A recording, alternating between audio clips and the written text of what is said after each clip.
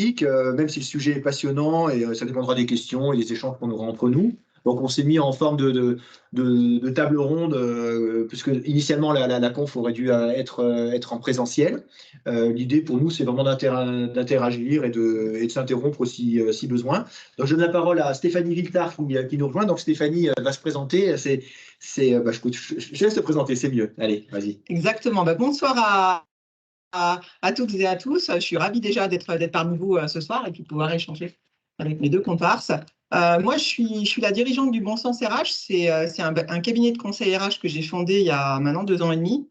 Et auparavant, en fait, j'ai été 20 ans DRH dans des grands groupes industriels, dans des secteurs d'activité assez variés, comme l'industrie de l'aluminium. Je suis restée 10 ans, la chimie, et la pharma et l'agroalimentaire. J'ai notamment été DRH des sites des eaux de Danone, donc Evian, Volvic, Badois, La Salvetti, et puis en même temps en pharma sur une filiale de Nestlé.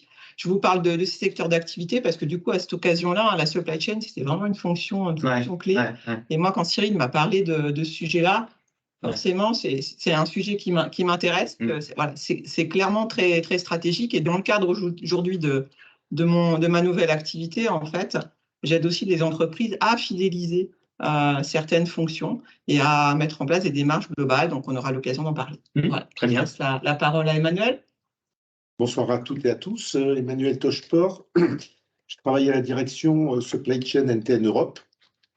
On est un roulementier généraliste pour les gens de Haute-Savoie et de l'approche, ou d'Annecy et de sa proche région, vous nous connaissez. Voilà, donc à la direction Supply Chain Europe, je travaille sur tous les aspects transverses liés à la supply chain, donc tout ce qui relève de l'animation de la filière, du métier et de la performance supply chain à travers l'amélioration et le travail sur les processus. Et j'ai eu un parcours, puisqu'on parle on va parler de fidélisation. Je suis chez NTN Europe depuis le début du siècle. Et du 21e, je parle évidemment. Depuis le début du siècle, et j'ai eu un parcours à peu près pour moitié-moitié entre la supply chain, en usine, mais aussi en fonctionnel au siège et au controlling et à la finance. Très bien, merci Emmanuel. Bon, en ce qui me concerne, je suis Cyril Antoine, donc je suis le président fondateur du cabinet Supply for You spécialisé en supply. Alors, ma particularité, c'est que je suis un ancien directeur supply chain et opérations. Je travaille dans l'industrie, différents grands groupes. Il suffit d'aller regarder mon profil LinkedIn. Mon objectif, c'est pas de résumer mon parcours. Donc, je connais bien le métier parce que les gens pour lesquels les métiers pour lesquels je recrute sont des métiers que j'ai soit moi-même exercé, soit pour lesquels j'ai l'occasion de les manager. Alors, en fait, l'objectif de cet échange, c'est certainement pas de vous résoudre tous vos problèmes de recrutement et de vous trouver des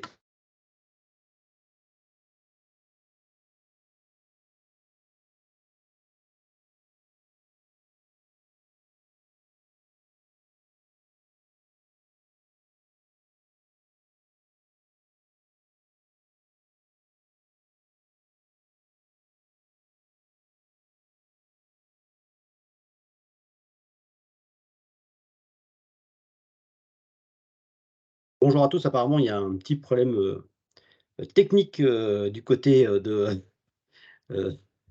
chez Cyril et de chez Emmanuel. Je vois avec eux si ils peuvent rétablir la connexion.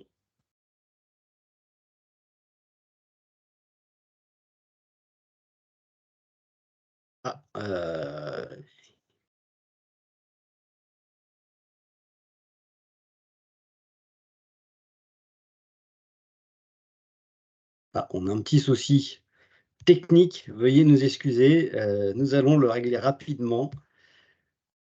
J'imagine que c'est un PC qui s'est mis en mode veille.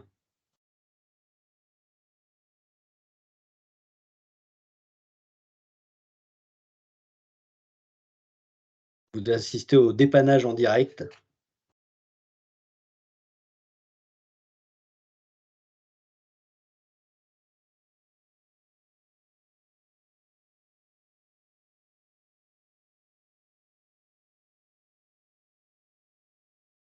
Est-ce que je suis le seul à ne pas voir la vidéo?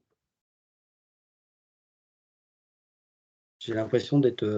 Non, elle est figée pour tout le monde, je pense. Ah, elle est figée pour tout le monde. D'accord. Bon, bah, je vois avec eux pour essayer de les reconnecter.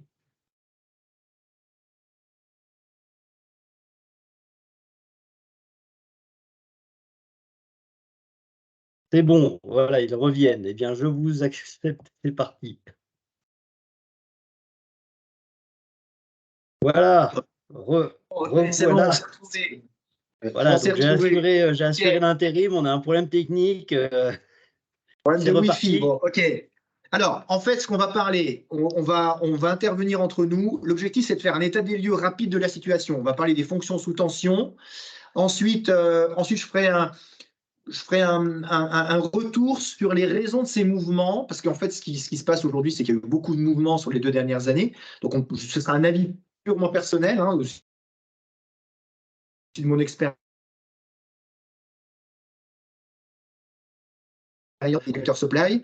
On parlera également le comportement des entreprises, hein, ce qu'il a changé au niveau du recrutement. Pour certaines, oui, pour d'autres, non. Donc ça, on va se poser ces questions-là.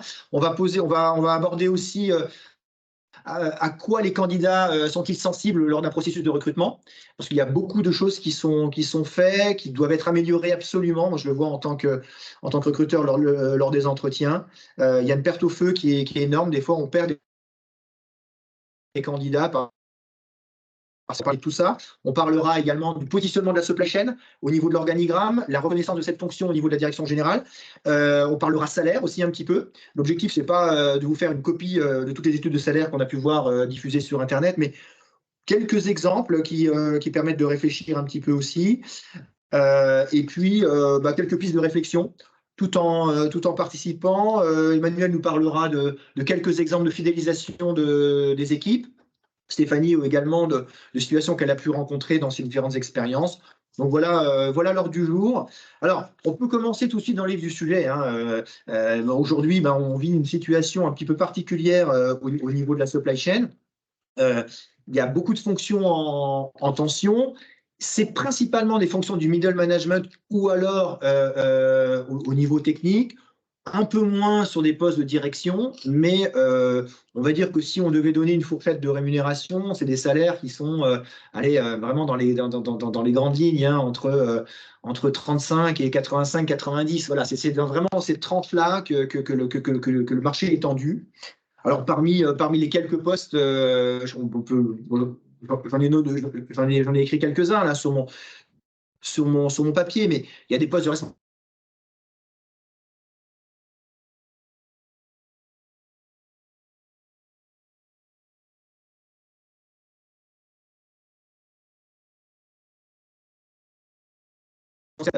entre un responsable d'exploitation A et un responsable d'exploitation B.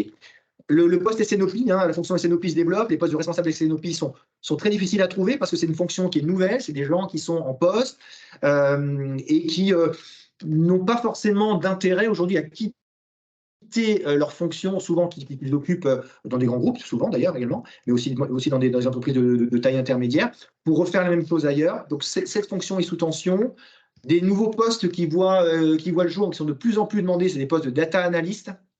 Peut-être qu'on pourrait faire un zoom sur sur la caméra, puisque comme on a été déconnecté. Ah oui, pardon. Voilà. Ok, merci Manuel.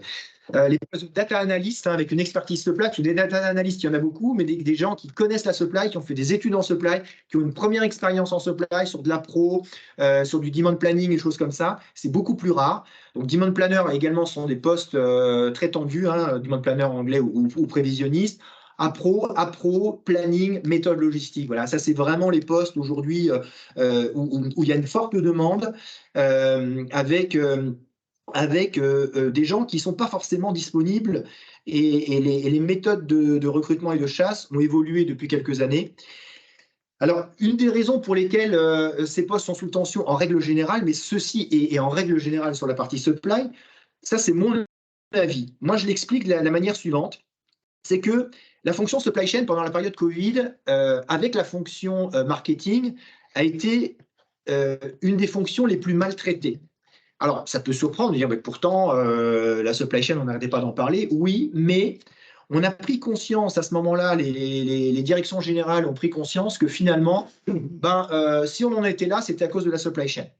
S'il n'y avait plus de stock, ils ont fait un raccourci, hein, bien évidemment, hein, dans le stress et dans l'urgence, on a fait un raccourci en se disant, la supply chain nous a toujours vendu le flux tendu, les stocks, etc., etc. Et puis aujourd'hui, maintenant, il y a des pénuries, on n'est pas livré, donc on ne peut pas livrer nos clients, donc nos taux de service ne sont pas bons. Donc finalement, nos hommes et nos femmes de la supply chain ne sont pas si bons que ça. Donc du coup, on va faire le ménage. Donc, et la fonction marketing également, parce que la fonction marketing, on se dit, mais finalement, on n'a pas besoin de promouvoir le lancement de nouveaux produits, etc., puisque déjà, on n'arrive déjà pas à honorer les commandes. Donc, c'est les deux fonctions qui ont été les plus maltraitées pendant le Covid. Alors, ça a été aussi l'occasion de se dire, mais finalement, cette fonction nous coûte cher, et puis aujourd'hui, on leur demande de trouver des solutions miracles, ils n'arrivent pas à en trouver. Ça, c'était il y a 2 ans. Je pense que parmi vous, il y en a qui ont connu ça dans leurs entreprises, et du coup, ce qui s'est passé, c'est qu'il y a eu donc des mouvements. Des gens ont quitté des entreprises, et d'autres entreprises, elles, ont raisonné différemment en se disant, non, nous, justement, on n'est pas assez staffés, il va falloir qu'on embauche. Et c'est là qu'il y a eu des mouvements qui se sont opérés entre différentes régions, différentes sociétés. Il y a des gens qui ont pris conscience qu'ils ne voulaient plus travailler dans la chimie, dans tel et tel domaine, peu importe. Et donc, il y a eu beaucoup d'embauches. Ces gens-là sont en poste, on va dire, pour les plus anciens depuis 2 ans. Donc, depuis 2 ans, ils ont occupé une nouvelle fonction. Les plus récents, c'est 6 mois, 1 an. Et on se retrouve avec un effet en fait de vide. Hein. C'est vraiment là, on manque de candidats parce que ces candidats qui ont bougé il y a à peu près entre 1 an et 2 ans sont aujourd'hui en poste. Ces gens-là ne regardent plus du tout les réseaux sociaux, ou alors très peu LinkedIn, ne regardent plus les annonces, ne répondent pas favorablement aux chasses qui sont entreprises.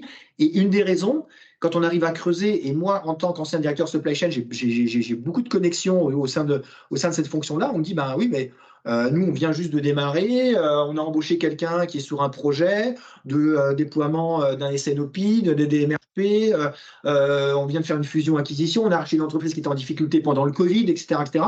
Donc, ces gens-là qui sont en poste n'ont aucune raison de changer. Donc, ça, c'est une des raisons principales. L'autre raison, je l'ai évoqué tout à l'heure, c'est une prise de conscience de certaines directions générales, et la majorité quand même, que finalement, cette fonction, on en parlait, elle était importante, mais elle était devenue encore plus importante qu'avant.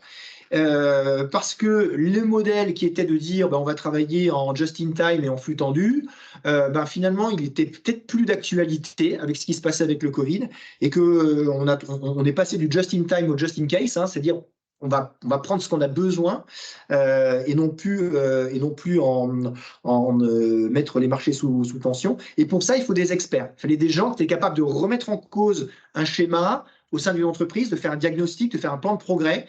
Et donc, c'est là que les directions générales se sont entourées d'experts sur les différents métiers que j'ai pu nommer tout à l'heure, et notamment d'experts où la fonction finance est venue davantage sur les devants de la scène. Moi, c'est une fonction que j'ai tout le temps, avec laquelle j'ai beaucoup travaillé dans mes anciennes expériences. Souvent, les directions supply chain, d'ailleurs, j'avais fait un post il y a quelques mois, ne parlent pas suffisamment de finance et d'amélioration du BFR, mais néanmoins, il y a des directions générales qui en ont pris conscience que l'amélioration du BFR était leur priorité, tout en maintenant un taux de service élevé. Donc, c'est aussi pour ça qu'il y a eu beaucoup de mouvements. Ce que je peux dire, c'est que ces gens qui ont pris des fonctions il y a près d'un an ou 2, c'est clair que s'ils veulent évoluer d'ici 1 an ou 2, ils vont de nouveau être actifs sur le marché. Donc je pense que ce trou d'air va de nouveau, on va de nouveau être en haut d'une vague d'ici quelques temps. Alors, ce qu'on peut dire aussi, c'est le comportement des entreprises. Alors, est-ce que le comportement des entreprises a changé ? En fait, le comportement des entreprises a changé pour certaines, mais moi, je vais vous parler surtout des entreprises qui ont des difficultés à recruter aujourd'hui. De mon point de vue, alors je suis là aussi, moi, en tant que recruteur, mais je suis là aussi en tant que conseil, il y a beaucoup d'entreprises qui veulent encore aujourd'hui remplacer un profil démissionnaire, expert, par un profil identique au même salaire. Problématique. On sait qu'une des raisons principales pour lesquelles, enfin, il y a 3 raisons pour lesquelles, enfin 3, mais il y en a plus, mais les 3 principales, c'est on veut changer de poste parce qu'on ne s'entend pas avec son manager, ça c'est au minimum 80% des cas. Ensuite, c'est parce qu'on veut évoluer, ou alors parce qu'on n'est pas assez payé, ou on veut changer de région, etc., etc.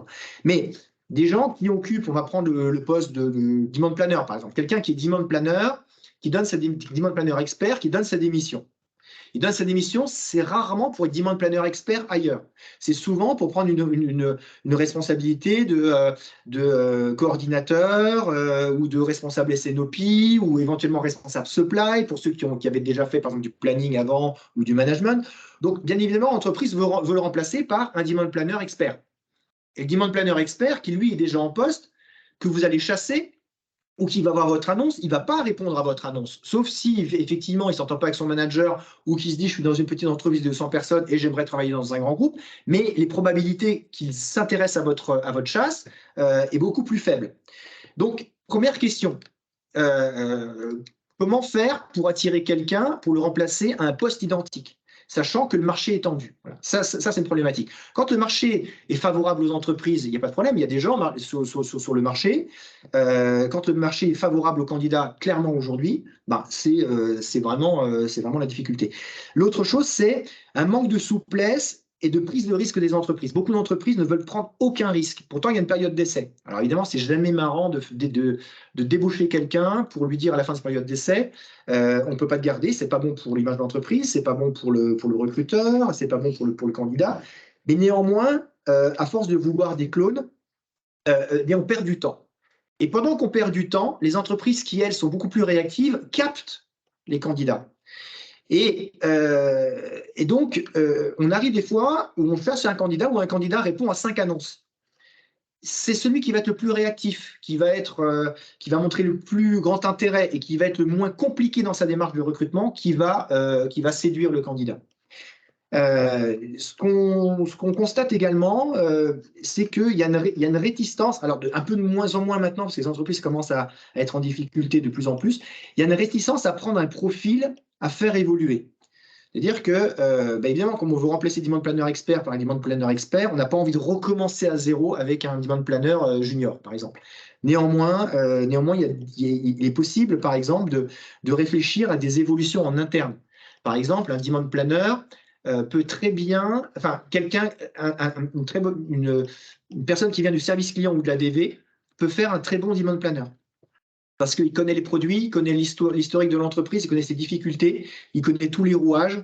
Avec un petit accompagnement, on peut en faire un demand planner. Quelqu'un qui a fait du planning ou de la pro peut basculer vers un poste de coordinateur SNOP, voire responsable SNOP aussi en interne. Donc là aussi, il y a des façons de réfléchir en se disant « Ok, pénurie difficile, je ne vais pas faire un recrutement par dépit, je préfère m'en passer, mais en attendant, on peut peut-être s'organiser en interne. » Alors, on a parlé de la partie recrutement. Vous pouvez m'interrompre un tout. Oui. Hein, il y a un autre point aussi qui est important, je pense, sur ces sujets-là, parce que souvent aussi, on ne fait pas attention à la personne qui s'en va. Ouais, une personne qui s'en va, elle ne démissionne pas forcément. Des fois, il y a les départs à la retraite, des fois, il y a de la mobilité interne, etc. Et donc, du coup, des fois, on a le temps un petit peu. On pourrait utiliser ce temps, finalement, pour prendre des risques. Parce que finalement, que ce soit pour une mobilité interne, donc parier sur quelqu'un de la DV, comme l'exemple que tu prenais, et puis après, derrière, s'il y a quelque part un mentorat qui est là, il y a un suivi pendant 3 à 6 mois, ce n'est pas la même chose pour l'entreprise. Donc voilà, il y a ce genre aussi de système qui fait qu'on peut peut-être aussi combiner entrée et sortie pour sécuriser et puis pour faire en sorte qu'on prenne davantage de risques avec des profils peut-être un peu moins rassurants pour les entreprises. Voilà. Ouais, c'est vrai. Ou alors, il y a aussi de nombreux départs. Hein. Enfin, aujourd'hui, il y a les ruptures conventionnelles, il y a une grosse partie. Donc ça, c'est des champs de négociation où on peut se mettre d'accord sur une date, se quitter dans de bonnes conditions. Moi, je conseille d'ailleurs, aussi bien aux entreprises qu'aux salariés, c'est toujours mieux de partir dans de bonnes conditions parce qu'on ne sait jamais de quoi demain sera fait. Et il y a des tas de gens qu'on recroise derrière, donc de toute façon.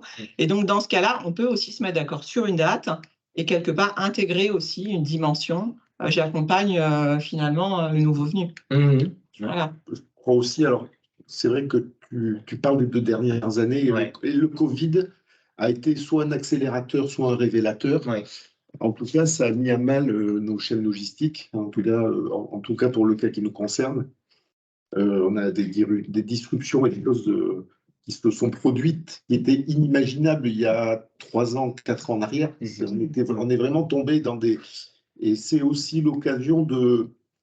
parce que tu parlais de la recherche de clones, c'est aussi l'occasion de re-questionner son organisation, de faire bouger des périmètres et des découpages, justement parce que le contexte externe et interne a beaucoup changé. Et il faut aussi redistribuer les ressources et staffer différemment avec des compétences qui sont aussi différentes du ronron habituel.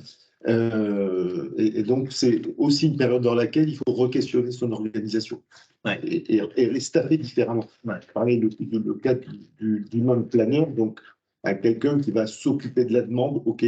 Par contre, ça peut être complété par d'autres vues dans le contexte dans lequel on est pour aussi se sécuriser parce que la demande, c'est quand même le signal d'entrée et on a vite fait d'avoir l'effet ciseau. CSO. Hein.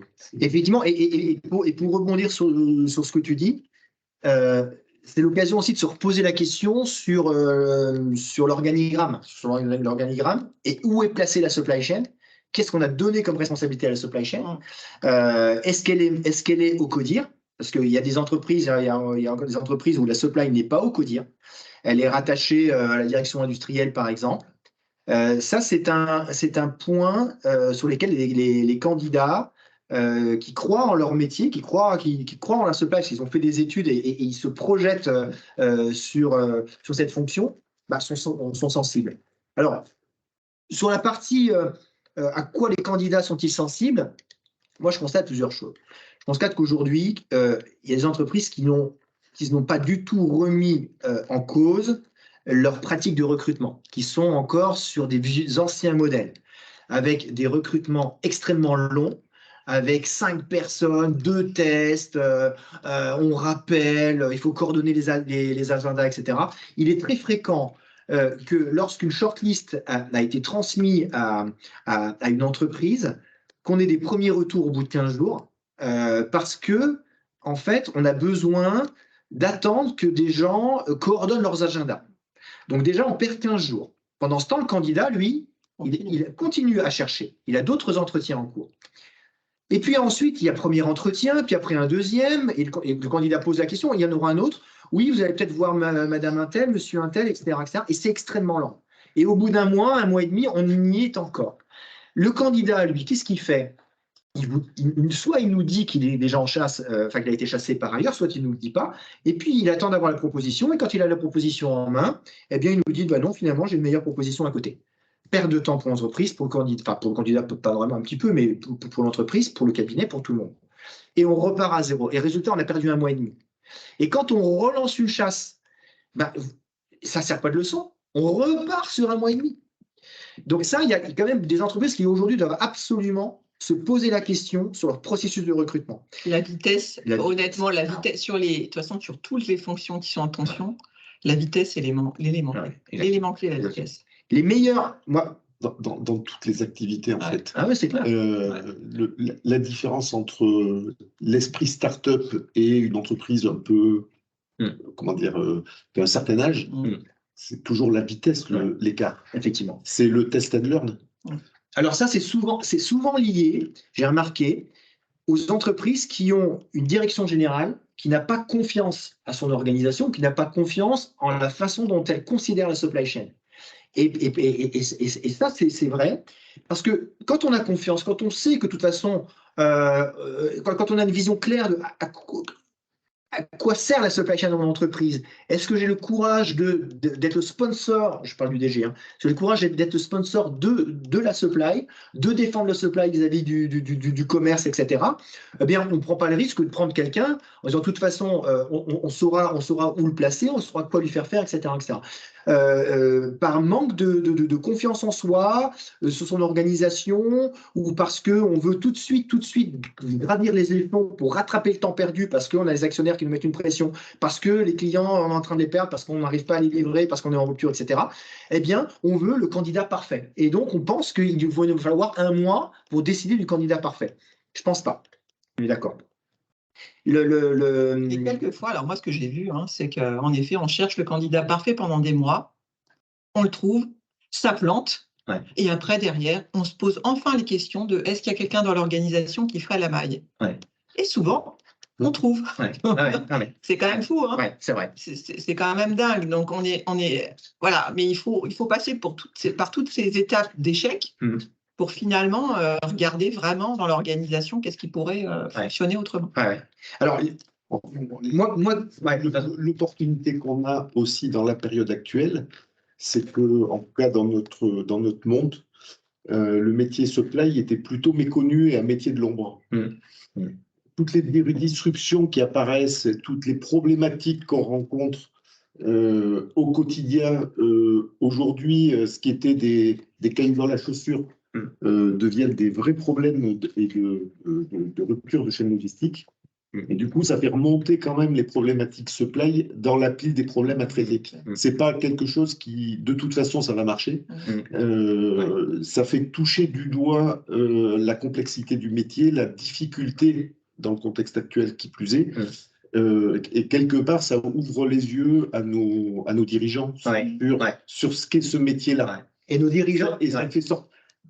Ça met de la pression dans les équipes, ça met de la friction entre les gens, mais ça fait sortir le métier de l'ombre dans lequel on perçoit bien la valeur ajoutée de cette filière. Et puis nos dirigeants prennent de plus en plus conscience maintenant que la fonction supply n'est pas une fonction binaire, c'est pas ça marche ou ça marche pas, c'est une question de compromis. C'est une question de compromis. Et donc, par conséquent, c'est une fonction qui est centrale en termes de communication, d'où l'importance de recruter des candidats qui arrivent à convaincre, qui arrivent à embarquer, qui arrivent à écouter aussi. Un point important aujourd'hui. Ce qui est important aussi, et on en parle, enfin, c'était évoqué, c'est sur ce côté soft skills, là, qui est fondamental.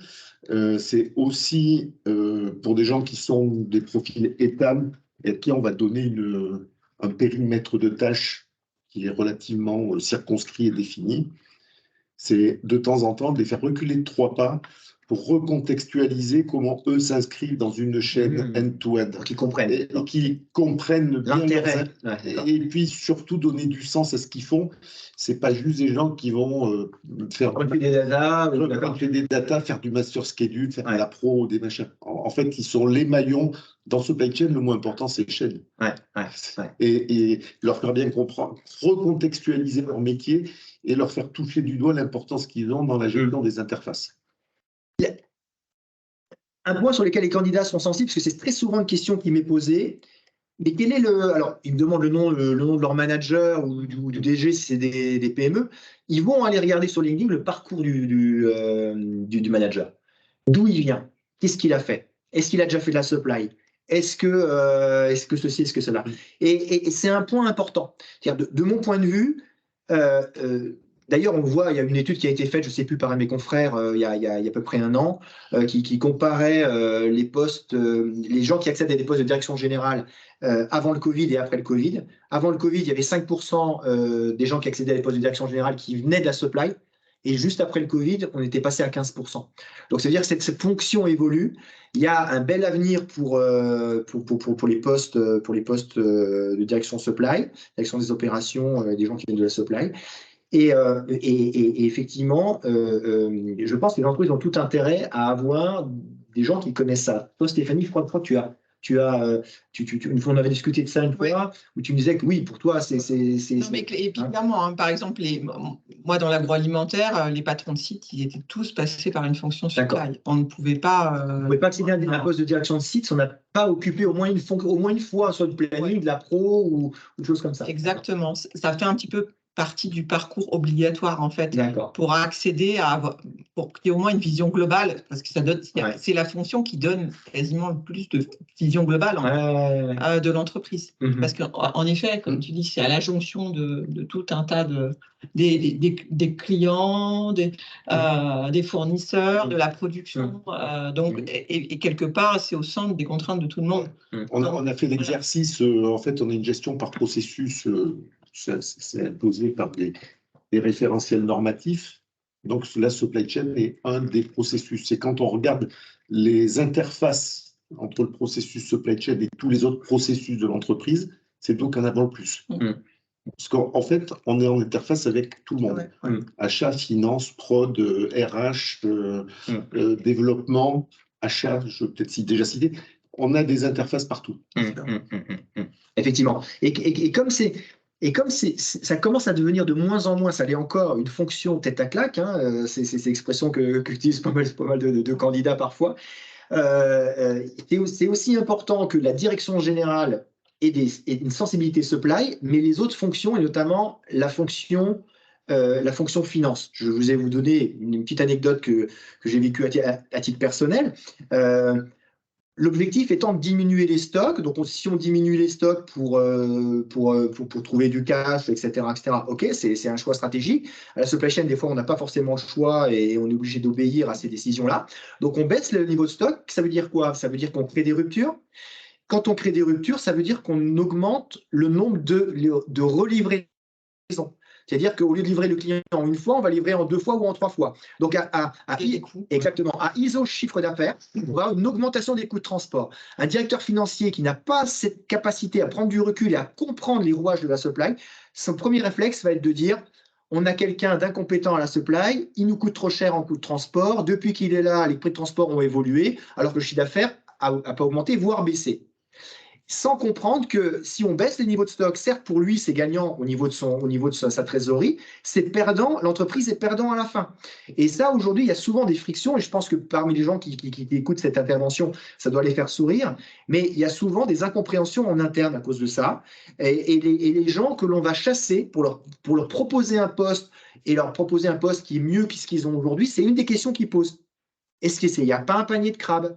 Est-ce qu'on ne risque pas pourquoi l'autre personne est partie? Parce qu'elle n'avait pas de bons résultats. Pourquoi elle n'avait pas de bons résultats?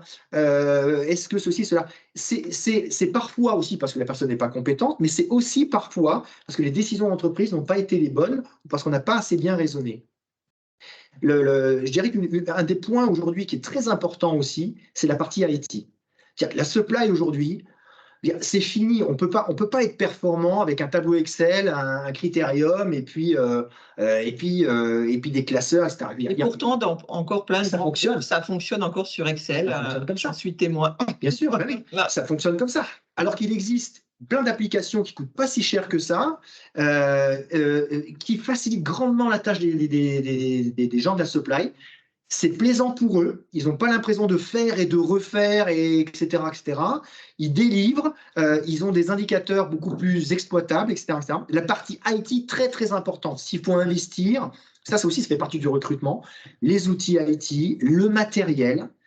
Quand je dis le matériel, ça peut être aussi des convoyeurs pour les préparateurs de commandes. Un préparateur de commandes qui se casse le dos parce que dans son entreprise, il n'y a pas de convoyeur, il n'y a pas de garde-tri, etc. Alors, toutes les entreprises ne peuvent pas mettre ça en place, bien évidemment. Il va quitter un prestataire qui est encore avec le Transpal pour aller vers un autre prestataire qui, lui, a une plateforme qui est plus moderne. Donc là, il y a une fuite des talents où on perd des compétences. Et après, pour les récupérer, ces gens-là, c'est un petit peu plus compliqué également. Si je peux me permettre, l'IT, ce n'est pas important, c'est vital. Bien sûr, c'est vital. C'est vital.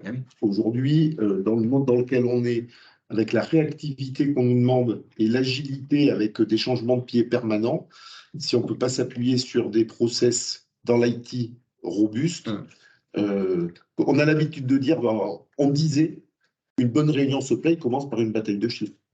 C'est ça. Ça commence par une bataille de chiffres. Heureusement, on est au-delà maintenant, mais tout ça pour dire que l'IT, c'est absolument vital. Ouais. Un des points aussi de vigilance, et là, c'est plutôt, c'est pas les candidats, c'est les entreprises.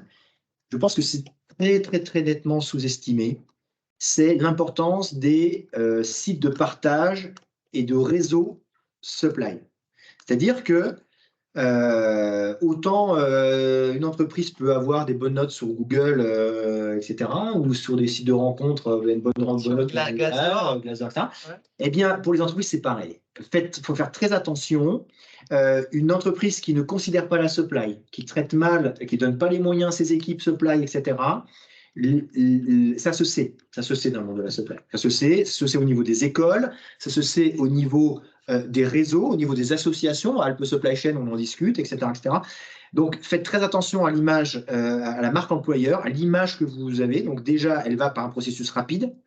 Et puis, en interne, d'où ce que disait Emmanuel, hein, c'est Emmanuel ou toi, Stéphanie, je ne sais plus, mais c'est de dire. Oui, c'est important de rebattre les cartes en interne pour dire, ben, finalement, la supply, elle va de où à où et qui s'en occupe et quels moyens on lui donne, etc. etc. Donc, méfiance là-dessus aussi. Ça, Moi, je voudrais juste dire un truc, parce que marque employeur, tout le monde parle de ça. Ouais. Moi, c'est un terme que j'aime pas. Pourquoi ? Parce que derrière, dans mon esprit, hein, c'est quand même beaucoup de marketing. J'ai tellement vu de marques employeurs où il y avait un écart monstrueux, ça vous est peut-être déjà arrivé, hein, entre les brochures, la com, on voit sur les réseaux, et puis quand on est dedans, c'est pas tout à fait ça. Ouais. Donc en fait, ça donne plus l'impression qu'on s'est fait, on s'est fait escroquer, quoi. Donc moi, je vous encourage plutôt à travailler sur le fond.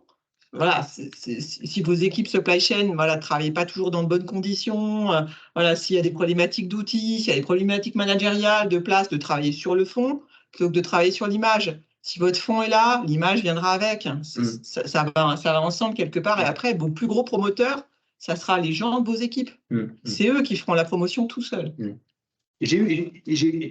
Effectivement, les gens des équipes et le management, comme tu dis, moi j'ai eu des exemples, j'ai eu un exemple flagrant d'une entreprise qui régulièrement me demandait du recrutement. Et en fait, en creusant, en interviewant les gens qui étaient partis, bah, il se trouvait qu'ils avaient un manager toxique, un manager qui gérait la supply chain qui était toxique, qui faisait fuir les talents. Et l'entreprise s'en était pas rendu compte parce qu'il avait de bons résultats, il était ferme, dynamique, il avait du charisme, il ne s'était pas marché sur les pieds, etc., etc. Oui, mais il n'épaulait pas ses équipes, il n'avait pas confiance en lui, donc du coup, il n'avait pas confiance en ses équipes, il n'arrivait pas à filtrer la pression qui venait du dessus, peut-être que ça venait aussi de son DG, hein, mais en tout cas, fuite des talents. Donc l'entreprise a mis longtemps à réagir. Elle a dû se séparer de ce cadre-là. Donc, très important aussi de se poser la question. Est-ce que les entreprises est-ce que les salariés, enfin les gens qui constituent la supply, se plaisent aussi dans leur environnement proche de leur manager. Il y avait un point. Et dans la période actuelle, c'est encore plus important. Parce que ce qu'on constate, nous, dans nos équipes, hein, c'est qu'avec toutes les problématiques de contextuelles qu'on a aujourd'hui, là où on avait l'habitude d'avoir des rouages qui, globalement, tournaient plutôt bien, ça met de plus en plus de friction. Et il faut être très vigilant parce que entre équipes qui contribuent au même processus, mais dans des branches hiérarchiques différentes, le ton a eu tendance à monter assez fort et avec des choses. Donc là, nous, on a sensibilisé tous nos managers sur attention aux échanges interpersonnels et pas qu'externes, internes, hein, y compris entre gens de l'entreprise, puisque on est quand même, nous, au cœur du conflit d'objectifs entre le commerce. Au cœur des contraintes. Au cœur des contraintes. C'est clair. Et on a rappelé bien à tous nos managers, surtout là dans les 2 dernières années, attention aux échanges interpersonnels entre les gens, parce qu'il peut y avoir des situations qui mettent des gens à la rupture. D'ailleurs, quand on a préparé cette réunion, tu m'as parlé d'exemples, notamment, je te laisse expliquer ça, mais où par exemple, chez NTN Europe, vous mélangez des gens du commerce avec de la supply lors de réunions ou d'échanges. C'est un truc qu'on a un peu vie ma vie en fait. Alors, on fait des vies ma vie. Alors souvent, c'est entre des personnes qui au quotidien sont en interface dans le travail quotidien. Donc, on les fait croiser. Ils passent chacun une journée avec l'autre pour voir ce qu'est son quotidien et comprendre la contrainte de l'autre. Ça, c'est des choses qu'on fait. Pour réagir peut-être différemment dans le futur. C'est-à-dire que ça permet de comprendre que lorsque l'interlocuteur dit non ou fait une certaine réponse, c'est qu'il le fait avec sa lecture, avec le contexte dans lequel il est, les éléments. Il ne le dit pas juste pour être pénible et pour embêter. Ou alors quand le demand planner insiste auprès du commercial puisqu'il n'a pas donné ses prévisions. Par exemple. Donc le vie ma vie, ça c'est des choses qui sont assez localisées et souvent dans des gens des gens qui sont en interface. Ça, c'est un truc qu'on fait. Un autre truc qu'on fait, c'est souvent, c'est quelque chose qu'on a lancé il y a un an à peu près. On fait des petits déj sur des réussites. Ah, d'accord. Okay. Et du coup, c'est l'occasion. Alors, c'est souvent, c'est une réussite souvent pour l'entreprise, mais de toute façon à coloration supply chain. D'accord. Et là, on met bien toutes les parties prenantes à la réussite. Alors, ce qui compte, c'est pas qu'elle soit petite ou grande, c'est que ce soit une réussite. D'accord. Et donc, il y a un membre du COMEX qui vient. Alors, l'équipe, elle est. Ça peut être dans une business unit, ça peut être quelle que soit la réussite. Et on prend bien tous les intervenants. Donc, on a des fois du juridique, parce que quand on a des travaux avec des prestataires, des achats et des choses comme ça, le juridique intervient, la finance, le contrôle. Enfin, tous les contributeurs. Ça permet aussi de délivrer le message en interne, parce que comme les gens sont contents en repartant du petit-déj, ça permet de délivrer, et de délivrer le message que la supply chain n'est pas réservée à la direction supply chain. Il y a un travail d'équipe. Il y a un côté collaboratif qu'on veut absolument développer. Et voilà, donc c'est des choses qui sont... les gens repartent. C'est aussi un moyen de donner de la reconnaissance. Parce que je disais tout à l'heure, on était plutôt des métiers de l'ombre. Ça marche bien, c'est normal. Et puis, ça ne marche pas, c'est encore de la faute à la logistique ou à la supply. Donc là, c'est en train de se renverser et donner de la reconnaissance aux gens sur des réussites qu'ils ont eues, et toujours sur un sujet qui est, multidirection, qui contribue au processus. Ils repartent regonflés, ils en parlent autour d'eux, et du coup, ça permet aussi de développer l'image en interne du métier. Intéressant. Et le côté collaboratif. Tu as des exemples, toi, Stéphanie, ou pas? Ça va chaud. Des exemples, après, il y en a pour valoriser la fonction de supply chain ou sur les interfaces. Typiquement, il y a aussi, on a déjà fait des séminaires croisés. Typiquement, on a l'habitude de faire des séminaires d'équipe. Voilà, quand il y a des interfaces qui posent souci, moi, j'ai déjà fait des séminaires croisés. Par exemple, on peut faire supply chain production. D'accord. Supply chain commercial aussi, c'est une interface qui... En tout cas, moi, dans l'agroalimentaire, c'était compliqué parce qu'il y avait des enjeux côté commercial. Il y avait des enjeux de bonus, clairement. Donc, je pense que c'est inhérent à la fonction et pas à la branche. Donc, de fait, de les faire travailler ensemble. Quand on dit, on fait un séminaire, en fait, c'est pas juste pour se faire un truc ensemble. C'est vraiment de co-construire ensemble une stratégie. Et de voir comment les uns et les autres peuvent intervenir par rapport à un objectif précis. Donc, ça permet de travailler ensemble sur sa stratégie, en fait. Voilà. Et toi, en fait, qui a occupé des fonctions RH, est-ce que tu arrivais à faire passer des fois des messages à ton DG quand tu sentais que la fonction supply était très fortement chahutée en codir, en lui disant, alors c'est vrai que tu viens pas du monde de la supply, mais le fait que tu aies travaillé avec les équipes supply, du coup, tu comprends leurs problématiques. Et parce que souvent, les DG disent, oui, non, mais toi, tu es RH, occupe-toi de tes fiches de salaire, et puis... non, en fait, dans l'industrie, puis moi, j'ai toujours été dans des endroits où, les relations sociales, c'était quand même pas simple, donc la fonction RH était plutôt centrale. Donc, on m'a jamais cantonné aux fiches de paye, heureusement. Mais par contre, des fois, la supply chain versus la production, qui était quand même la production sur des sites industriels, elle est souvent toute puissante. Donc, c'était plutôt ça. C'était les arbitrages entre production et supply chain pour que, quelque part, voilà, on ne tombe pas dans le panneau avec la production qui dit soit c'est de la faute de la maintenance, soit c'est de la faute de la supply qui a planifié n'importe comment.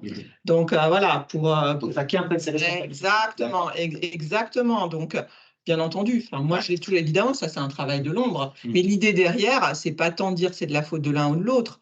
L'idée, c'est quand même de les mettre autour de la table et que quand on co-construit ensemble la stratégie, et pour moi, ça, c'est un élément clé. Si on veut que ça fonctionne bien, il faut que dans une équipe de direction, on co-construise une stratégie ensemble pour qu'on s'assure de la cohérence d'ensemble, parce qu'il n'y a rien de pire que des injonctions paradoxales. On parlait de la finance avec sa minimisation de stock et en même temps… les coûts de transport explosent. Exactement, bah ouais, mais ça va ensemble. Donc, voilà. Donc, c'est à ce moment-là qu'on en parlait. Si on ne fait pas cet exercice ensemble, en fait, chacun regarde juste en silo et puis on a des trucs qui ne matchent pas. Donc, un point clé, c'est ça. Si on veut que les grandes fonctions bossent ensemble, il faut co-construire ensemble la stratégie et la piloter ensemble, la suivre. Ça, c'est le travail d'un comité de direction. Alors, il y a d'autres exemples de fidélisation, toi, d'équipe pardon. Non, je voulais juste rebondir sur ce que disait Stéphanie. On a semé une graine il y a quelques années qui est en train de germer. Et progressivement, dans le client du producteur, c'est la supply chain. Ouais, d'accord, ok. Et c'est en train de germer vraiment dans la tête de nos patrons d'atelier. Il représente la fonction supply représente le client. Oui, mais c'est pas toujours naturel. Et là, la graine est en train de germer et le producteur, on est le client du producteur. Et puis, en gros, la personne sur qui on tape quand ça marche pas, quoi. Voilà. Alors, comme on a aussi la partie appro, on peut être mis en cause et on peut avoir des appros qui, à un moment donné, génèrent des ruptures. Mais c'est pas grave, on assume notre part on assume notre part quand il y a des choses qui ne marchent pas. Mais de transformer la supply comme le client du producteur, ça met une collaboration entre les deux dans la façon de faire le planning où on se met d'accord entre client et fournisseur. Donc le master schedule, déjà pour le fabriquer, ça se passe mieux. En volume et en structure, parce que faire du volume, le producteur, il aime bien, mais nous, on aime bien qu'il fasse des changements de série. Et donc, ça fait progressivement, ça change la culture et la façon de travailler ensemble. Donc, avec les producteurs, ça se passe plutôt pas mal et plutôt assez bien. C'est toujours… et avec le commerce, ça s'améliore. Puisqu'on est en train de leur faire toucher du doigt que quand on leur demande une prévision, c'est pas juste parce que savoir s'ils auront leur bonus ou pas, parce que ça, on s'en fout. C'est juste pour dimensionner le tuyau des appros. Exactement, et que ça fonctionne bien. Et que ça fonctionne bien. Et malgré tout, avoir le service client en tenant à peu près le BFR. Oui, clairement. Alors, il y a encore du chemin, parce que c'est des choses qui sont assez fragiles et qui se remettent en cause tous les jours. Donc, il faut passer un coup de rabot régulièrement, mais progressivement, on arrive à faire cheminer les gens. Et puis après, voilà, une bonne pratique, vraiment, c'est des gens de la supply, les passer en prod, des gens de la prod, les passer en supply. Et ça, pour moi, c'est super. Moi, je l'ai connu. Franchement, ça change la vision. Justement, nous avons une question d'Anthony qui nous demande: que pensez-vous des demi-journées d'immersion de candidats pour les décider à intégrer les équipes supply pendant un processus de recrutement? C'est un peu en rebond de ce que disait Stéphanie. Bien sûr. Moi, je trouve que c'est des bonnes idées, regardons. Et typiquement, même, moi, je veux dire, même pour les candidats, si on ne vous le propose pas, il faut au moins demander à ce qu'il y ait une visite, quoi, au moins. Et parce qu'on voit plein de choses pendant les visites. Et puis, on peut au moins échanger, poser des questions, etc. On se rend compte de l'ambiance aussi, c'est pareil. Dans un sens comme dans l'autre, d'ailleurs, et même pour l'entreprise. De voir quelles questions le candidat pose, comment se comporter avec les gens. Maintenant, je suis plus en usine, mais quand j'étais à l'époque en supply usine, alors que le candidat ne le demande ou pas, je lui faisais faire un tour d'atelier, toujours, et je regardais la façon qu'il avait de regarder les choses, et y compris éventuellement de vouloir toucher les pièces, de les regarder, de prendre les OF, regarder ce qu'il y a écrit dessus, pour voir s'il avait cette sensibilité de terrain dont il y a besoin, parce qu'il faut faire attention qu'on ne devienne pas des Et là, Les bureaux. c'est intéressant parce que je n'avais pas prévu de parler de ça, mais du coup, ça me fait penser que du côté des salles, des collaborateurs, se projeter sur son avenir dans l'entreprise ou en dehors de l'entreprise est important. C'est-à-dire qu'il faut penser à son employabilité au sein de l'entreprise, mais aussi à l'extérieur. Les gens de la production, allez vous intéresser à ce qui se passe à la supply. Explique-moi ton métier, etc. Les gens de la supply, intéressez-vous à la prod. Parce que moi, je suis souvent confronté à des candidats qui ne comprennent pas qu'on refuse leur candidature. Je prends un exemple, ils sont approvisionneurs et je recrute un planificateur. Et donc, ils postulent. Et ils me disent, mais moi j'aimerais évoluer, je voudrais faire du planning parce que après je voudrais faire ça parce que moi, dans 5 ans, je me vois responsable supply. Et je leur dis, bah non. Alors donc, ça veut dire, monsieur, que on est cantonné à notre poste, qu'on ne peut rien faire, vous ne nous laissez pas la chance, etc., etc. Et puis souvent, ils écrivent dans leur mail ou dans leur message LinkedIn, on voudrait apprendre. Est-ce que vous feriez confiance à un carreleur pour vous changer les tuiles de votre toit? Il aimerait bien apprendre à changer les tuiles de mon toit. Ben moi, non. Parce que même s'il est super sympa, ce carreleur, même s'il a envie de changer les tuiles de mon toit, il y a des risques importants d'infiltration d'eau parce qu'il ne l'a jamais fait. Donc, ce n'est pas au cabinet de recrutement de prendre ce risque-là, ce n'est pas à l'entreprise de prendre ce risque-là, c'est aussi aux salariés de se prendre en main et de réfléchir à son employabilité. Se dire, qu'est-ce que je veux faire demain?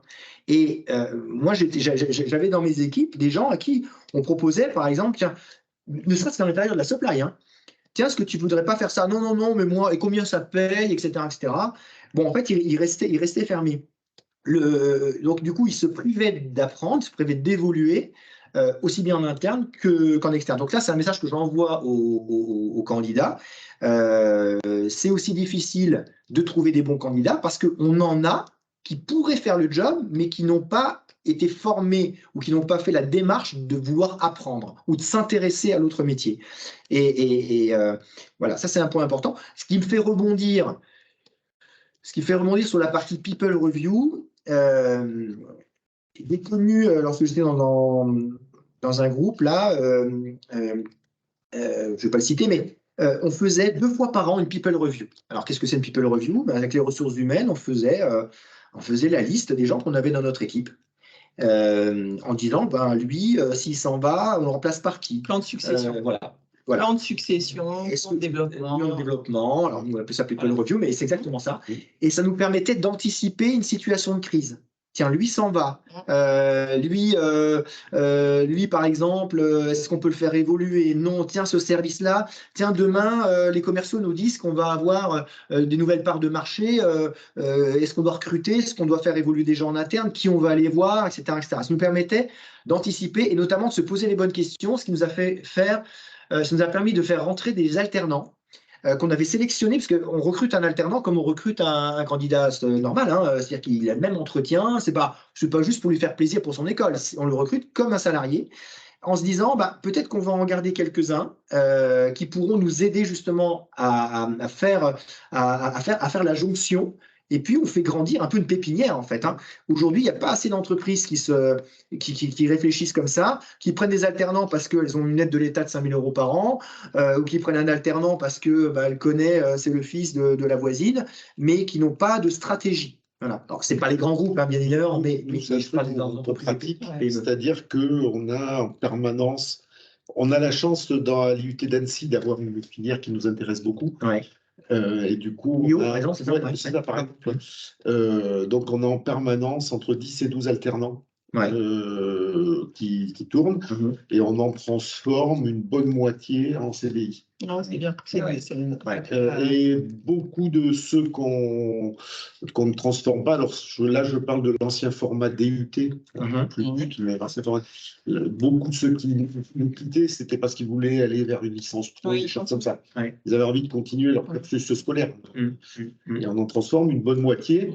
Ce qui permet, y compris avec, nous on n'appelle pas ça la people review, mais on fait l'exercice justement de se dire, alors on intègre notamment ces aspects-là, mais aussi quels sont les souhaits des gens. C'est quoi qu'ils expriment dans leurs entretiens comme évolution et vers quoi ils se projettent. Est-ce qu'on doit les former en interne? Est-ce qu'on doit faire venir un organisme formateur? Vers quoi ils se projettent? Alors, est-ce qu'il en a aujourd'hui les compétences oui, non. Et s'il ne les a pas et que c'est quelqu'un qu'on a envie de voir évoluer, comment on fait pour lui faire boucher le gap entre les deux et pouvoir le mettre en situation. Et est-ce que vous, en interne, vous avez mis en place des formations pour motiver, pour fidéliser les gens, pour leur donner envie, pour qu'ils se disent, tiens, mon passage chez NTN a été intéressant parce que j'ai appris ça. Notamment quand on a préparé les réunions, tu m'as parlé des formations Apix. Ouais. Alors on a là-dessus autour de ça, on a plusieurs choses. On a relancé pré-Covid des formations massives à l'Apix. D'accord. C'est qu'on le veuille ou non, c'est le référentiel professionnel international d'ailleurs, international. Hein. Ah oui, les Américains, tu leur parles d'Apix, savent ce que c'est, etc. Voilà. Donc il y a c'est un standard internationalement reconnu. Et donc, on fait une promo par an de 12 à 15 personnes sur le Part 1, mais pas que des métiers de la supply. C'est-à-dire qu'on intègre là-dedans des contrôleurs, des développeurs de l'IT, les patrons d'usine. D'accord. Ils ne passent pas par la supply chain, mais ils ont la culture. Obligés d'avoir Part 1, tous les chefs d'atelier. Voilà, donc pour diffuser la culture supply chain, en fait, dans toute leur... Alors, c'est à la fois pour diffuser les principes et qu'ils acquièrent les principes, et surtout partager après une culture commune. Quand on emploie un mot, tout le monde sait de quoi on parle. Il n'y a pas d'ambiguïté là-dessus. Donc, et donc ça, c'est un moyen de faire monter le global de la population et de sensibiliser à nos métiers et à nos sujets. Je craignais, avec la volatilité du marché de l'emploi, que ce soit un facteur d'évasion. Puisqu'en fait, nous, on les met dans le training, et à la fin, c'est eux qui travaillent et c'est eux qui ont la certification. Et assez paradoxalement, et ça m'a un peu étonné, c'est-à-dire qu'on a plutôt un taux de turnover chez nos certifiés Apix significativement plus faible que dans la population générale. C'est vrai parce que... alors, je ne sais pas m'expliquer, mais c'est un constat. On pourrait dire, non, je ne vais surtout pas le former, il va partir. Oui, effectivement. C'est ça. Alors, je veux dire, voilà, c'est que les personnes aussi certainement sont bien. Hein. Je veux dire, sont bien dans l'entreprise. Oui, et puis, quelque part aussi, c'est des gens, ceux qu'on met en priorité dans ces formations-là, c'est des gens à qui on veut faire un parcours. On leur explique que c'est une étape dans leur parcours et souvent, dans les 2-3 ans qui suivent, ils ont une évolution professionnelle vers autre chose. Donc, c'est des gens que vous projetez déjà à moyen terme, donc ils sont dans la... L'Apix reste malgré tout un investissement pécuniaire. Pour eux, c'est un investissement en temps. Mais on a plutôt on a un très bon taux de succès à l'examen déjà, et c'est avec un taux de turnover qui était plutôt plus faible que la population générale. Et je ne sais pas l'expliquer, mais je le constate. Il y a une question d'Anthony qui nous pose la question. Tout à fait. Est-ce que c'est un prérequis d'avoir une certification Apix, alors que ce soit le CPIM ou le CSP? Non, absolument pas. Alors, c'est un prérequis. C'est pas que c'est un prérequis, mais c'est les groupes internationaux. Si par exemple, je prends un exemple, vous êtes rattaché au directeur supply chain qui est basé à Londres et c'est un Indien, lui, l'ISLI, le master machin, il ne sait pas ce que c'est. Par contre, le fait que vous soyez certifié Apix, lui, il sait ce que c'est et donc c'est un gage ça le rassure.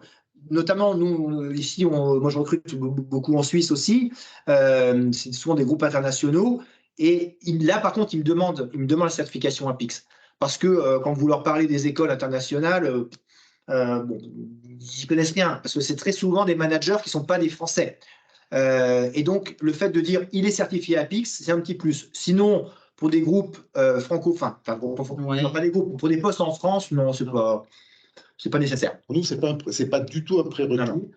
Alors, si les gens l'ont, tant mieux, c'est un plus. Par contre, si les gens ne l'ont pas,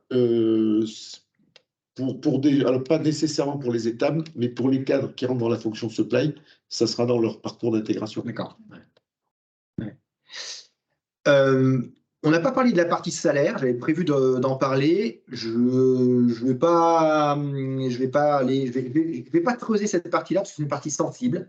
Je ne sais pas à qui je m'adresse et néanmoins, je veux quand même sensibiliser sur le fait qu'il y a quelques fonctions qui aujourd'hui ont vraiment passé un cap en termes d'augmentation de salaire et que parce que là on parle du recrutement, la difficulté de recruter, et parmi les points qui peuvent bloquer dans certaines entreprises, c'est des schémas où on est resté sur les anciennes rémunérations.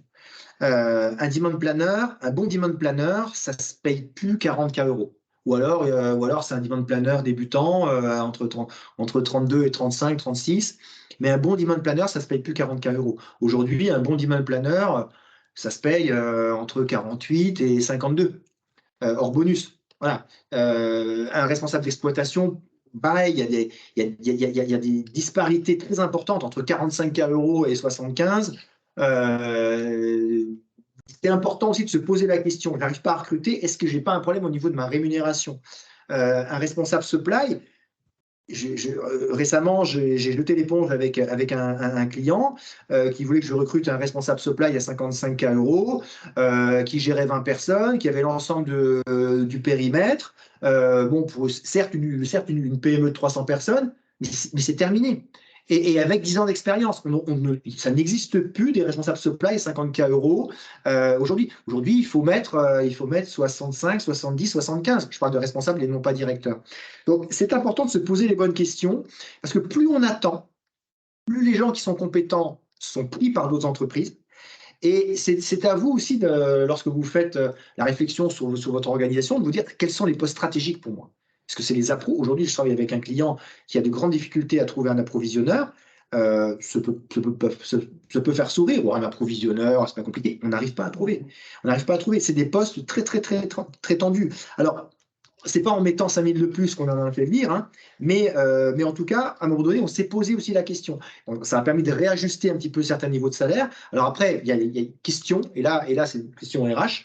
On ne peut pas bouger les grilles de salaire comme ça parce qu'il y a des gens qui sont déjà en poste depuis 5-6 ans dans l'entreprise et dire, bah voilà, on augmente tout le monde de 5 000 €, c'est pas possible.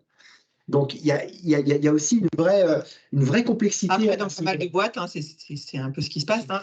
Ils n'ont pas le choix. Hein. Je peux te dire, hein, moi, en ce moment, je travaille aussi chez un sous-traitant automobile. Ils ont beaucoup de mal à recruter, notamment sur les fonctions supply. Eh ben, ils sont bien obligés de s'aligner parce que sinon, ils n'ont pas du tout de candidats. Et en effet, ça pose des problématiques internes. Donc, après, il faut aussi des réajustements internes au fil de l'eau. Ils les planifient. On peut faire des choses quand même. Voilà, après, il faut quand même être pragmatique, hein, et je suis d'accord avec toi, il faut se poser la question de savoir si on a le bon niveau de salaire. Exactement. Après aussi, au niveau de salaire, hein, vous avez des benchmarks salariaux qui sont faits par des organismes qui ne coûtent pas si cher à avoir. Ça vous donne une idée précisément poste par poste hein, dans votre secteur d'activité, des niveaux de salaire médian et autres. C'est quand même hyper utile. Hein. C'est hyper utile. Je ne dis pas qu'après, vous mettez à chaque niveau sur chaque poste, mais au moins sur vos postes clés, comme tu disais, sur les postes où vous avez du mal à recruter, vous mettez au bon niveau. Voilà. Moi, j'ai des clients qui ont une longueur d'avance. Alors, ils peuvent se le permettre, mais qui, lorsqu'ils font une proposition au candidat, ils font toujours une proposition supérieure à ses prétentions. Alors, bien évidemment, si c'est un cariste qui veut 90, on va pas le proposer 95, bien évidemment, mais dans la mesure du raisonnable, afin que le candidat ne discute pas, accepte tout de suite la proposition et s'il a d'autres recrutements qui sont en cours, mette un terme tout de suite à ces recrutements pour le capter tout de suite.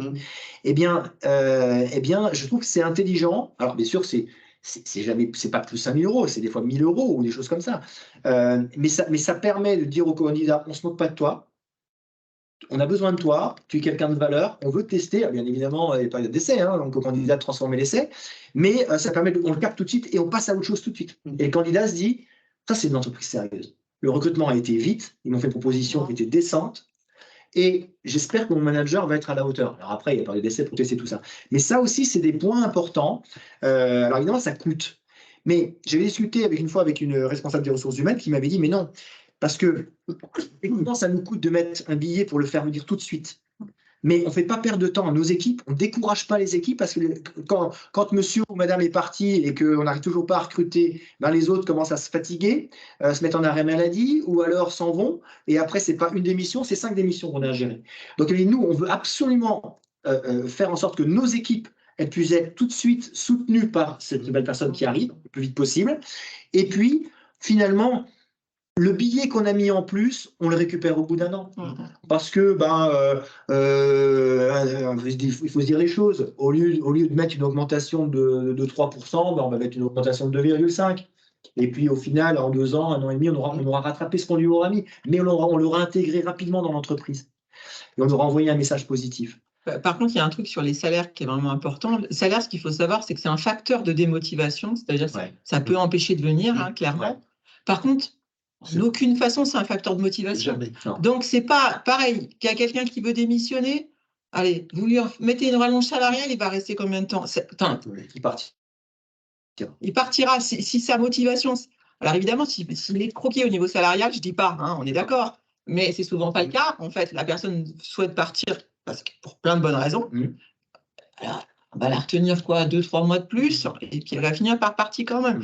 Donc, la question de la rétention, il y a beaucoup de boîtes qui s'arrêtent un petit peu à la question de avec le salaire. Le salaire, c'est nécessaire quand on n'est pas au niveau. Mais ce n'est pas suffisant pour faire rester les gens s'il y a des problématiques organisationnelles, managériales, d'ambiance. C'est ça qui fait que les gens vont rester ou pas. C'est important. Voilà, clairement. L'argent n'est jamais un facteur de motivation. Non. En tout cas, ça joue comme de la cocaïne. Je suis d'accord. Voilà, ça fait un petit shoot là maintenant tout de suite. Mais dans la durée, c'est autre chose qui va générer, qui va mettre les gens en énergie et les motiver. Dans la durée, c'est le contenu du travail, le sens, les outils qu'ils ont, les relations qu'ils vont nouer. De toute façon, toutes les études le montrent. Les relations, le lien avec l'organisation, s'ils se sentent respectés ou pas respectés. Comment on leur permet de se projeter dans un parcours. L'évolution de carrière. Dans l'évolution, surtout que les mentalités évoluent et les gens sont assez demandeurs de ça maintenant quand même. Exactement. Et donc, ça les fait rester. Exactement. Le salaire, ça les empêche de venir. Ou des fois, ça les empêche de partir parce que comme ils sont très bien payés, ils sont comme ça. Mais ils partiraient bien, mais ils ne peuvent pas parce qu'ils sont... C'est pas super bien. Ça finit par coûter très cher à l'entreprise, cette affaire-là. C'est un truc comme ça. Et puis pour la personne, c'est pas non plus super. Je voulais aborder un dernier sujet, puis après, on pourra peut-être échanger sur d'autres sujets si vous le souhaitez, ou donner la parole aux participants. L'analyse comportementale, de mon point de vue, a mis dans certains cas de recrutement le doigt sur l'incapacité de certaines personnes à travailler ensemble. Alors, moi, j'y crois. Je sais que c'est discutable, mais c'est important, si vous avez au sein de votre équipe c'est important de connaître la façon dont raisonne le manager. Est-ce que typiquement c'était un manager donc quand on fait l'analyse comportementale on va prendre le disque par exemple, c'était un rouge donc extrêmement synthétique, droit au but, on perd pas de temps, ça va vite, etc. Et on recrutait quelqu'un qui était un peu comme moi, un jaune qui explique, qui donne plein de détails, sympa, etc., qui n'est pas synthétique du tout. Et ça agace les rouges. Et au cours de l'entretien, mon client me l'a fait remarquer, parce qu'il connaissait ça. Il m'a dit non, moi, je ne veux pas travailler avec lui parce qu'il n'est pas synthétique, je ne le supporterai pas, etc. Donc, ça m'a interpellé en me disant, oui, effectivement, on recrute des gens compétents, le savoir-être aussi, mais est-ce qu'il est compatible avec son manager ou avec les autres membres de l'équipe? Donc, on a un peu investigué avec Magali, un partenaire sur ce point-là, qui est ex-DRH d'ailleurs. Donc, voilà, c'est juste une réflexion, se poser la question sur le comportement de la personne, est-ce qu'elle s'intégrerait bien dans l'équipe, voilà. Bon, après, attention aux équipes avec tous ces mêmes profils, c'est l'enfer. C'est clair. Voilà, c'est juste l'enfer. Et puis surtout, en fait, les gens, ils ont tendance à se conforter entre eux, donc on ne va pas forcément prendre les bonnes directions. Intéressant ce que tu dis. Donc, des fois, la confrontation, c'est constructif. Par contre, il faut l'organiser, il faut la gérer. Voilà. D'accord. Donc, attention. Tant que ça reste de la confrontation, c'est à la fin, ça devient positif. Exactement. J'appelle ça, il faut que ça reste constructif. Pas que ça tombe dans le conflit. Exactement. Exactement. Ok. Il y a une question d'Anthony là. Certaines entreprises proposent un chèque au nouvel embauché en fin de période d'essai pour tester la continuité de sa motivation. Qu'en pensez-vous? Alors là, je ne savais pas. Certaines Moi, j'ai Attends, un chèque de départ. Certaines entreprises proposent Ouais. un chèque de départ au nouvel embauché. Je trouve ça hyper vicieux, moi. Oui. Voilà. Donc, moi, j'en pense que c'est hyper vicieux. Donc, pour les candidats, si on vous propose ça, prenez la fuite tout de suite. Hein. Pas pour prendre le chèque, En fait, mais parce que la boîte est vraiment malsaine. En fait, je ne comprends pas. C'est-à-dire qu'il fait un chèque, propose un chèque de départ. Voilà. C'est-à-dire, en gros, à la fin de période d'essai, on ne te garde pas, mais on te fait ton chèque, tu t'en vas. Non, en fait, si tu pars, on te fait un chèque. À la fin de période d'essai. À la fin de la période d'essai, pour voir si tu es vraiment motivé à rester. Il faut vraiment être tordu. Ah ouais, c'est l'horreur. C'est pas possible de faire des trucs comme pareil. En revanche, un truc positif, moi, que j'ai vu, c'est pour parler un petit peu des fois des niveaux de salaire où on n'était pas forcément, on avait peur de poser des problèmes d'équité interne avec les. Moi, j'ai vu des boîtes, ils ne mettaient pas le niveau de salaire exactement attendu. Par contre, il y avait un chèque de welcome, quoi. Ah, Voilà. d'accord. Et puis, quelque part, des engagements d'augmentation sur objectif à 6 mois, à 1 an. Voilà, pour faire ça en même temps que les autres, en fait. Et ça, est-ce qu'on l'écrit dans le contrat de travail ou pas? On peut l'écrire. D'accord. On peut l'écrire ou le formaliser sur une lettre à côté. D'accord. Voilà, donc ça me paraît des pratiques plus saines, parce que là, c'est horrible. Ah oui, là, c'est vraiment… Des noms. Ouais. Voilà, écoutez, moi, Et juste la remarque de Jean-Baptiste, là, avec le CPF, les formations APIX sont éligibles au CPF. Ouais, d'accord. Et voilà, vous avez une autre question de la part d'Emmanuel. L'alternance est-elle une voie intéressante pour les plus jeunes post-bac? Ah ouais, alors là, oui. Bien sûr. Ah ouais, là, c'est clairement… Clairement. Il y a quelques années, les alternants, c'était pas bien vu, ils sont pas bons, etc. Je peux vous dire qu'aujourd'hui, même les grandes écoles s'y mettent, les arts et métiers, par exemple, vous pouvez être diplômé arts et métiers en alternance. Et moi, je donne des cours aux arts et métiers. Et ceux qui ont fait l'alternance, ça n'a rien à voir. Ils sont tout de suite employables. Et ceux qui font pas d'alternance, à la fin de leur cursus classique, ils me disent, mais finalement, avec le recul, on aurait peut-être dû faire de l'alternance parce que là, on se rend compte que là, vous nous faites un cours sur la supply, on n'en a jamais vu, alors que le même cours que je fais aux gens qui ont fait de l'alternance, ils percutent tout de suite parce qu'ils font le lien avec ce qui est dans l'entreprise. Donc, bien sûr que c'est très important l'alternance. Ouais, donc et bien choisir son entreprise, les missions qu'on vous confie. Voilà, c'est important. Moi, je m'adresse aux candidats. Il y a une vraie…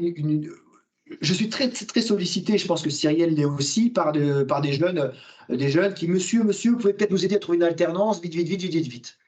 C'est trop tard. C'est-à-dire qu'un réseau, ça se travaille.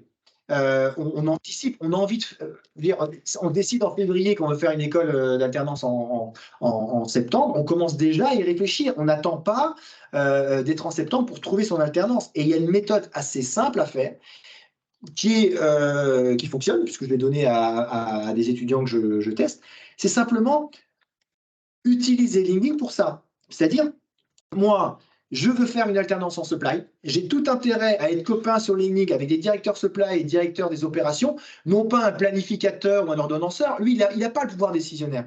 Donc, on fait rentrer ces gens-là dans le réseau, et puis on s'intéresse à eux. Je ne sais pas si vous avez remarqué, lorsque vous êtes à une soirée, etc., la personne qui parle que de lui ou que d'elle, le souvenir que vous avez, c'est un véritable abruti. Par contre, si elle s'intéresse à vous, qu'elle vous fait parler, vous allez la trouver sympathique. Eh bien, c'est exactement la même chose. Vous voulez faire de la supply, demandez en relation différents directeurs supply, et puis dites-leur, voilà, monsieur, j'ai vu votre parcours LinkedIn, il est inspirant. Moi aussi, j'aimerais bien faire carrière dans la supply.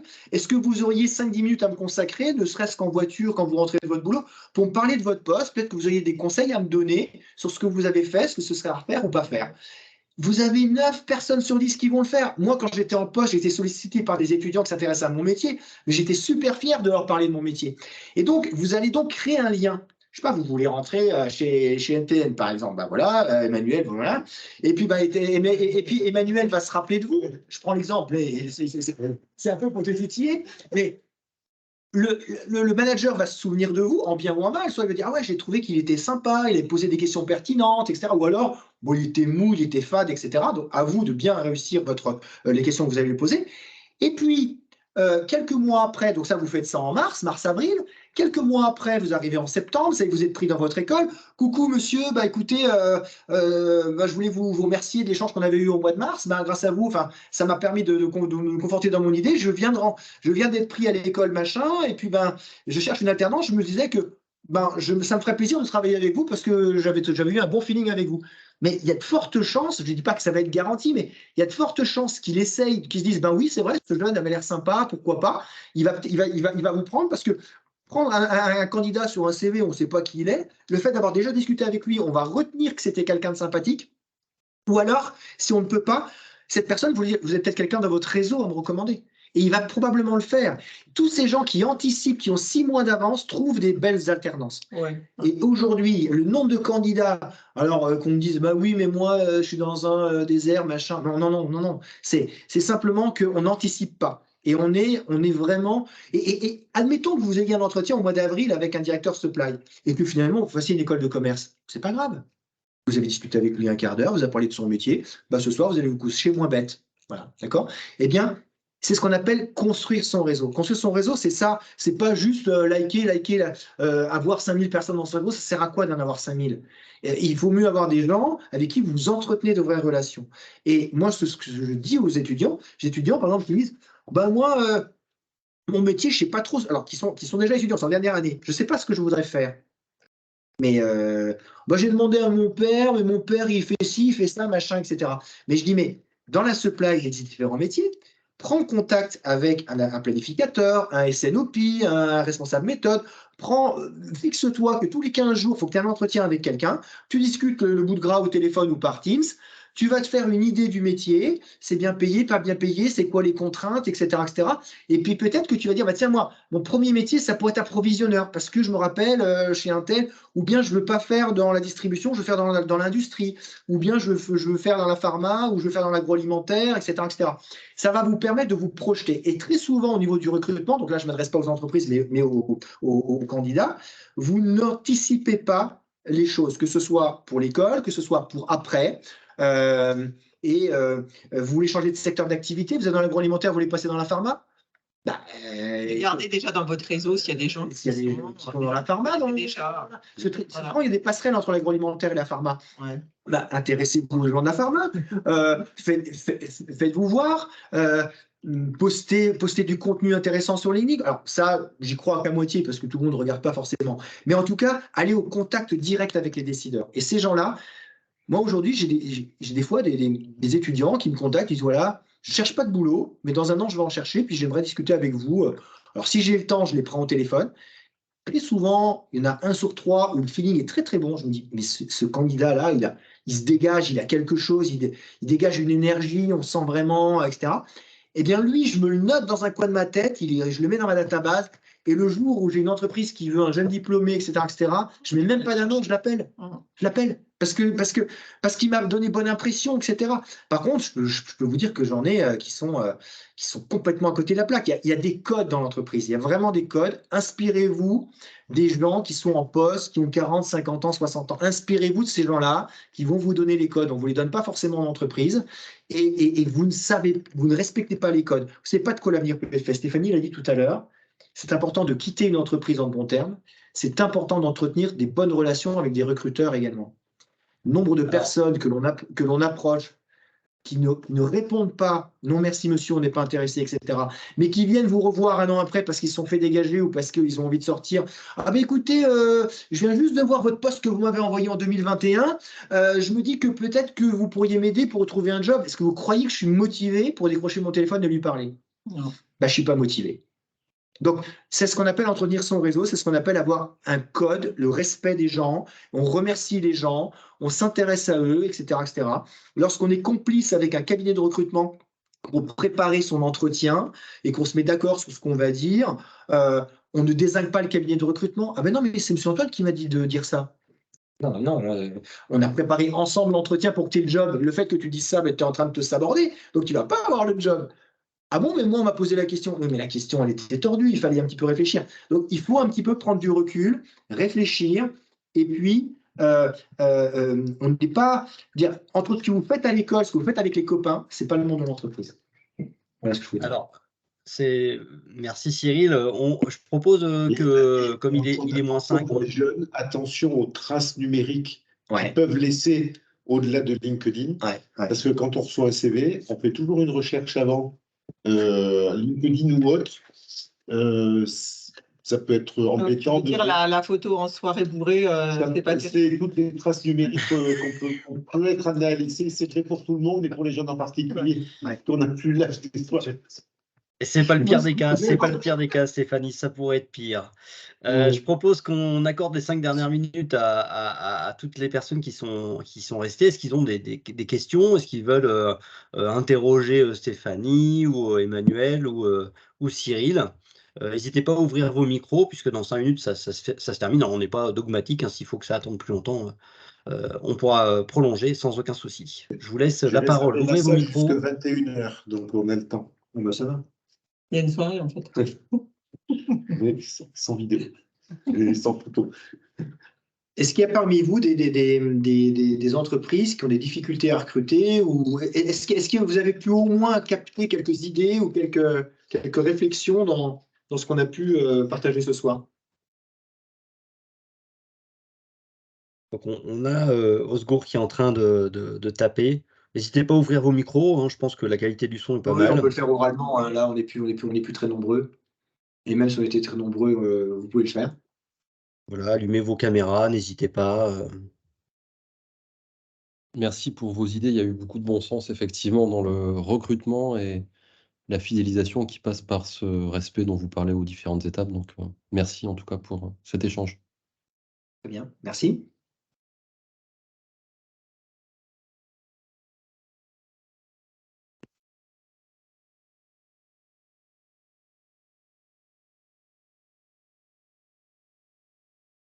Alors, eh bien, Osgour nous a posé une question. Donc, non. Alors, c'était aucune pas- question. Non. C'était pas une question, c'était une remarque. Ouais. Je pense qu'on a quand même fait pas mal le tour, hein, de sujets de fidélisation. S'il n'y a plus de questions, on va pouvoir peut-être clôturer. Vous avez peut-être un mot de la fin à nous partager, Emmanuel, Stéphanie ou Cyril. N'hésitez pas. Moi, je dirais que le recrutement, c'est comme le business, c'est comme les parts de marché, ça va, ça vient. Il y a des cycles de tension dans le monde du recrutement. En ce moment, c'est en faveur du candidat. C'est pour ça que je dis aux candidats de faire attention à la façon dont ils se comportent. C'est en leur faveur. Dans un an, ça peut être en faveur des entreprises. Le monde est tout petit. Exactement. Vous seriez curieux, voilà, pour les plus jeunes d'entre vous, vous allez voir que vous allez rencontrer dans votre carrière des gens que vous avez connus il y a très longtemps et qui vont se rappeler de vous. Voilà. Effectivement. Oui. Je confirme. Le monde est tout petit. Oui.